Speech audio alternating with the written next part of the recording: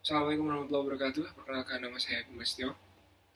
Di sini kali ini saya akan menjelaskan tentang laporan kelayakan bisnis saya, yaitu usaha Gentle Manage.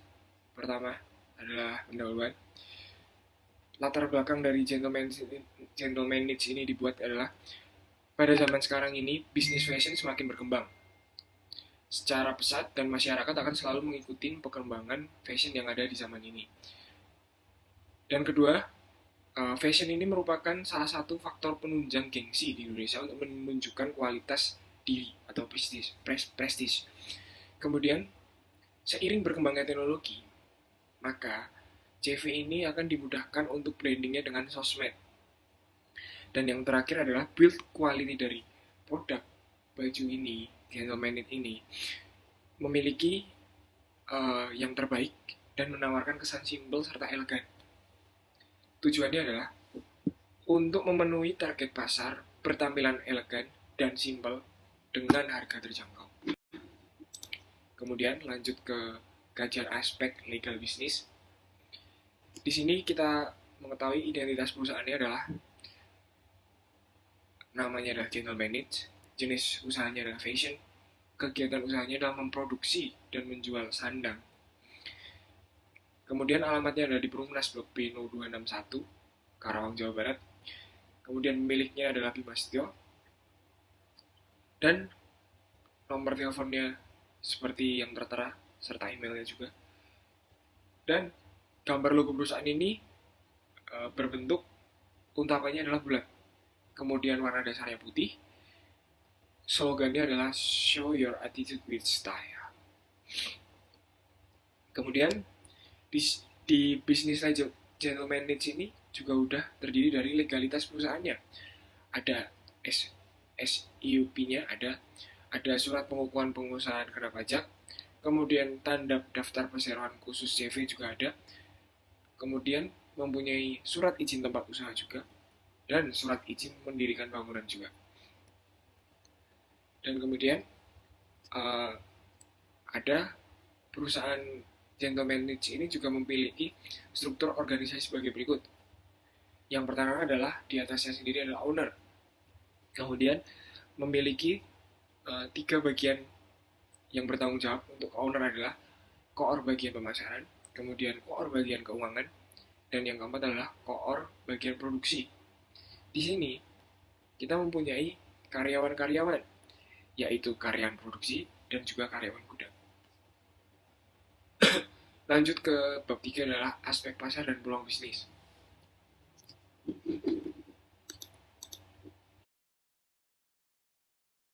Lanjut, yang ketiga adalah aspek pasar dan peluang bisnis. Ya, berikut ini adalah penjelasan tentang buaran pemasaran di CV Geno Manage. Pertama adalah produk. Produk di sini yang dimaksud adalah produk yang dipasarkan adalah baju yang didesain simple dan elegan yang memperhatikan tren.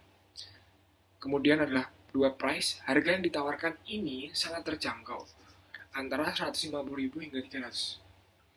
Kemudian place-nya, tempat ini tuh memiliki toko offline yang strategis dengan mahasiswa maupun pekerja kantoran, karena tempat ini ada di jalan utama, jalan padat penduduk. Kemudian ada yang keempat adalah promosi, melakukan promosi dengan menyewa ads atau pendekatan dengan masyarakat dan penjualan secara langsung. Lanjut, analisis pemasaran di masa depannya itu menggunakan digital marketing. Digital marketing ini adalah suatu usaha menjalankan sebuah brand atau produk via digital di mana konsumen dan penjual tidak harus tatap muka untuk untuk membeli barangnya. Maka kita memanfaatkan teknologi yang digunakan seperti memperluas jangkauan pemasaran. Contohnya TikTok, Shopee, Instagram, dan Tokopedia. Seperti itu. Lanjut, potensi pasar di sini. Kita asumsikan calon konsumen itu ada tiga jenis yaitu mahasiswa, online shop, dan karyawan. Seperti kita tahu, minggu pertama datanya seperti ini, minggu kedua, minggu ketiga, dan minggu keempat ya. Dengan total per bulan itu dari 3 jenis calon konsumen ini yang akan membeli ada 1.350. Lalu kita lanjutkan ke analisis potensi pasarnya, perhitungannya seperti ini. Jadi rata-rata per 4 minggu adalah 1.350. Kita asumsikan hari kerja dari per bulan adalah 28 hari. Jadi 1.350 dibagi 28 hari adalah 48 orang per hari. Itu sebagai calon konsumen. Kemudian jumlah yang akan membeli potensial diperkirakan 50%. Kita asumsikan ini. Kemudian dan diasumsikan pesaing itu mengambil 70% konsumen dari 30% calon konsumen. Maka pelanggan yang sudah dilayani adalah 70% dikali 1.350. Sisanya adalah itu 945 orang yang sudah dilayani. Kemudian pelanggan yang belum dilayani adalah sisanya dari 1.350 kurangi 945, yaitu 405 orang. Dan seperti yang tadi kita lihat adalah jumlah yang akan membeli potensial diperkirakan 50. Jadi 405 ini dibagi 50%, yaitu 202 orang per hari. Jadi peluang pendapatan adalah kita mendapatkan net profitnya adalah 202 orang kali per pieces orang itu beli barangnya. Seperti itu. Jadi kesimpulan yang kita ambil dari aspek pasar ini adalah Gentle Manage mendapatkan permintaan terbanyak yaitu di masyarakat sekitar. Kemudian cara untuk mengembangkan pemasarannya dengan cara digital marketing. Kemudian memperluas brandingnya itu dengan sosmed. Berikut ini dukungan utama negara maupun daerah. Pertama, kita fokuskan di pembangunan Karawang, yaitu mewujudkan perekonomian masyarakat yang berdaya saing, berkualitas, dan rasional yang digerakkan oleh sektor pertanian maupun industri. Kemudian, nomor 2 adalah mewujudkan Karawang yang produktif. Yang ketiga, mewujudkan tata kelola pemerintah yang mandiri, profesional, dan akuntabel dalam kerangka otonomi daerah. Dan berikut ini dukungan pertumbuhan ekonomi di negara dan daerah, yaitu membuka lapangan kerja baru untuk masyarakat. Kemudian meningkatkan mutu hidup. Dan yang ketiga, melakukan alih teknologi serta memberi pengaruh positif pada masyarakat yang berada di sekitar. Jadi, kesimpulan dari aspek sosial dan ekonomi adalah Gentle Manage mempertimbangkan agar dapat menumbuhkan ekonomi baik di masyarakat maupun di daerah Karawang. Nomor 2, strategi pemerintah Karawang untuk mewujudkan perekonomian masyarakat Karawang yang berdaya saing sejalan dengan misi Gentle Manage. Kemudian aspek lingkungannya. Di dalam bisnis Gentle Manage ini itu tidak mengganggu lahan hutan jadi tidak mempengaruhi tanah. Kemudian Gentle Manage ini tidak membuang limbah minyak pada sungai, jadi aman untuk air. Kemudian yang ketiga adalah memberi pohon hias dan tanaman di sekitar ruko. Itu meningkatkan kualitas udara dan tidak mempunyai limbah polusi, jadi aman untuk udara. Kemudian dukungan makhluk hidupnya adalah Gentle Manage akan tetap melakukan pendekatan dari sisi psikologi karyawannya terhadap manusia, ini timbal balik terhadap manusianya. Kemudian menggunakan pewarna bahan yang tidak beracun untuk menghindari hal-hal hewani yang tidak lazim terhadap hewan. Kemudian membangun lingkungan asri di sekitar area ruko dan menanam pohon hias. Jadi untuk melestarikan lingkungan yang asri terhadap tumbuhan. Jadi kesimpulannya adalah Gentle Manage berusaha semaksimal mungkin untuk tidak merusak ekosistem dan menjaga kelestarian dengan ikut penghijauan, tidak membuang limbah di sungai. Ya, lanjut ada di bab 6 yaitu aspek teknis dan SDM. Aspek teknis ini meliputi dengan pemilihan lokasi. Kenapa Gentle Manage ini memilih lokasi ini adalah lokasi ini dekat dengan pusat bahan baku. Kemudian lokasi sangat strategis karena banyak pemukiman penduduk dan juga tempat tinggal mahasiswa. Kemudian ketiga adalah tersedianya sarana air dan listrik yang merupakan faktor utama dalam operasional. Kemudian keempat adalah lokasi terletak di jalan padat penduduk. Itu adalah pertimbangan kenapa General Manage memilih lokasi toko fisiknya, yaitu berada di alamat Perumnas Blok B nomor 261 Sukaluyu, Karawang Timur, Jawa Barat. Lanjut, di tata letak dari usaha ini atau layoutnya, yaitu pertimbangan kita memilih layout seperti ini adalah satu, konsisten dengan teknologi yang digunakan. Kemudian kedua adalah optimalisasi penggunaan ruang agar membantu proses kelancaran dalam pelayanan. Kemudian ketiga adalah meminimalisir biaya dengan letak yang teratur dapat mencegah penambahan biaya dan permasalahan yang akan timbul. Jadi seperti ini, yaitu lantai satu adalah lantai pemajangan pakaian. Di situ ada meja kasir juga. Kemudian di dua adalah lantai 2 adalah lantai proses produksi dan ruang kerja bagi manajemen, seperti gudangnya di lantai 2, terus tempat untuk produksinya, dan yang ketiga ruang kerja manajemen office. Kemudian tabel peralatan dan perlengkapan produksi meliputi tabel kasir, kemudian ada mesin jahit, mesin bordir, setrika uap, rak penyimpanan, laptop, stand gantung, dan juga stand statis. Dan mekanisme produksi di Gentleman Knits ini tidak memproduksi pakaian dari bahan mentah hingga bahan jadi. Tetapi Gentleman Knits ini kita bekerja sama dengan pabrik konveksi. Jadi perusahaan memesan barang sesuai desain dan build quality yang dipilih, lalu dilakukan penjahitan logo dan bordir sendiri. Jadi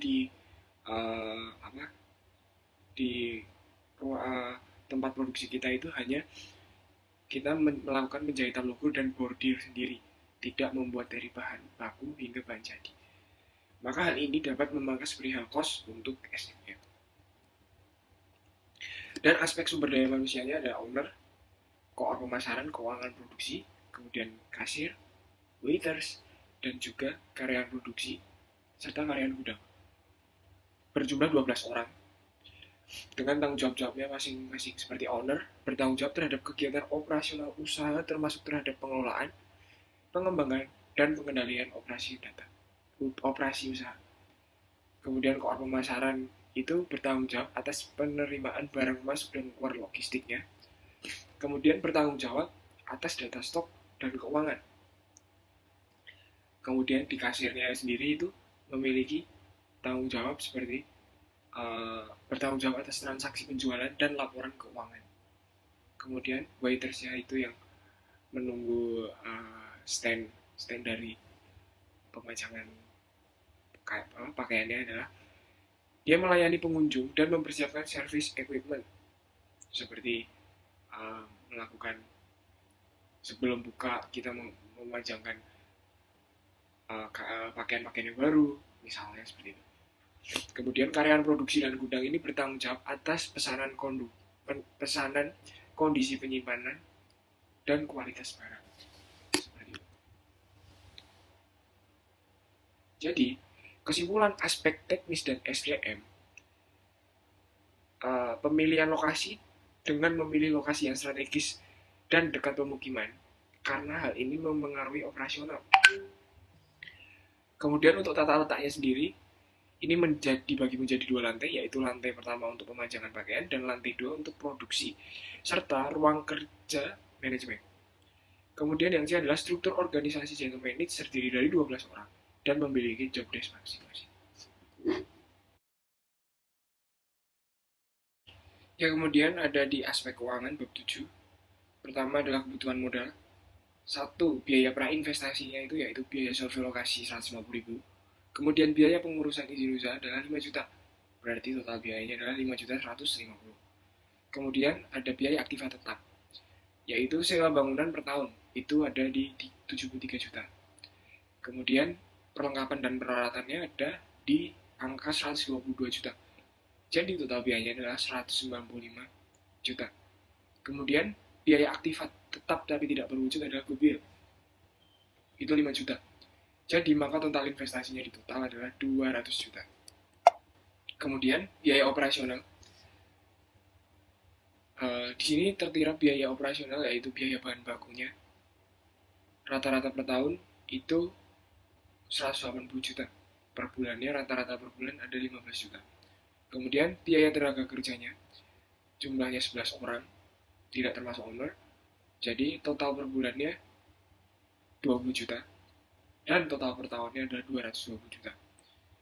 Biaya air dan listrik per bulannya 500 ribu dan per tahunnya 6 juta. Biaya internet ada 200 ribu, per tahunnya 2 juta 400. Kemudian di biaya pemasaran, total per bulannya 300 ribu dan total per tahunnya 3 juta 600. Maka di total, jika per tahun itu biaya operasional yang harus dikeluarkan adalah 412 juta. Dan setelah kita ketahui, yaitu tadi investasinya 200 juta, modal kerjanya 150 juta, umur ekonomisnya 5 tahun, dan penyusutannya 10 juta.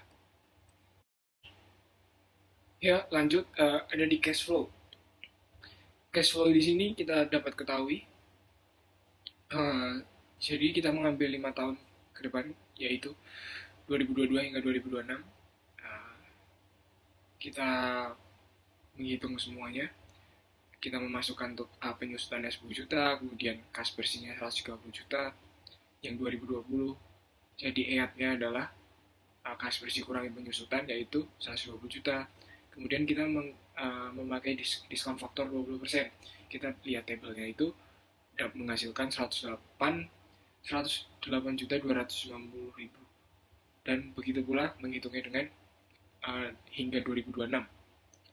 Maka kita total semua PV kas bersihnya, kita mendapatkan 487 juta 240 ribu. Kemudian lanjut di analisis kelayakan di payback periodnya. Seperti kita tahu tadi investasinya adalah 200 juta, kemudian kas bersih tahun pertama itu 130 juta. Kita kurangin masih kurang 70 juta, kemudian kita memakai kas bersih tahun kedua. Kas bersih tahun kedua adalah 150 juta, maka lebih dari 80 juta. Maka payback period tahun kelima adalah 70 juta dibagi 150 juta, yaitu 12 bulan dikali 12 bulan. Di sini kita mendapat hasil 5,6 bulan. Jadi, maka payback periodnya adalah 1 tahun 6 bulan tepatnya. Kemudian accounting rate of return, KR, yaitu rata-rata IT-nya yang tadi di cash flow itu kita bagi 5 dengan hasil 180 juta.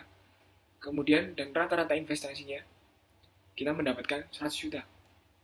Jadi ARR-nya itu average it dibagi average investasi, kita mendapatkan 1,6. 1,6 ini dikalikan 100%, maka AR-nya adalah 160%.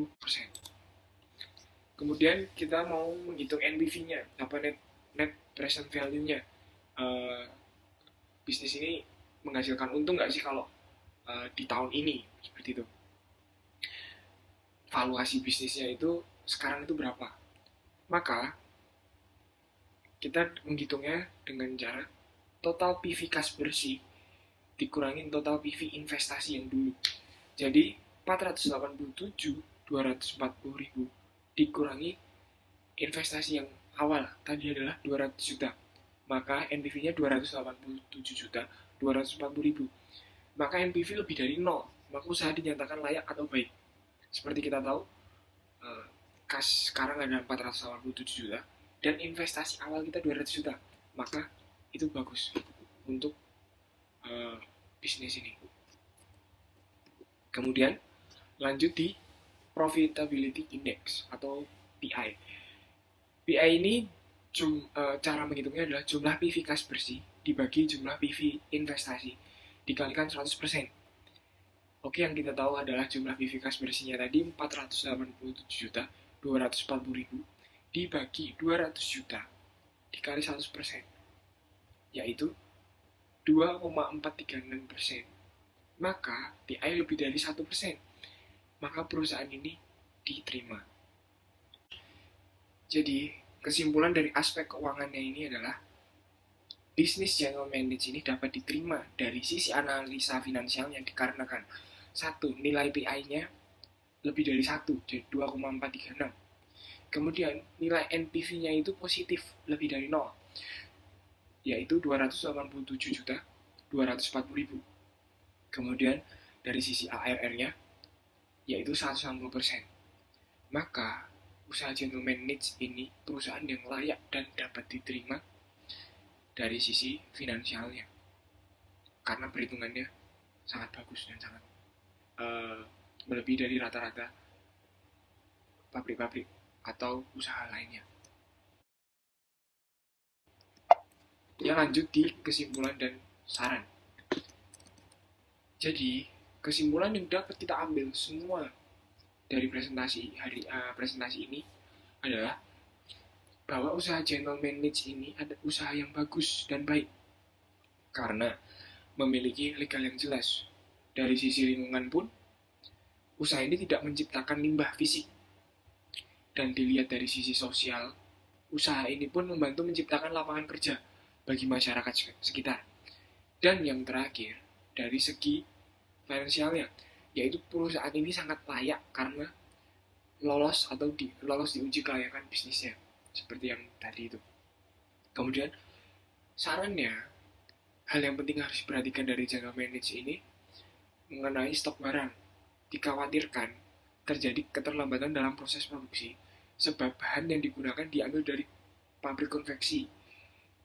Karena yang dikhawatirkan itu jika ada keterlambatan atau tidak ketersediaan produknya ini bakal menurunkan minat konsumen untuk membeli di Gentleman Niche. Baik, itulah saja yang dapat saya sampaikan. Bila banyak kurangnya mungkin mohon maaf. Cukup sekian dan terima kasih. Assalamualaikum warahmatullahi wabarakatuh.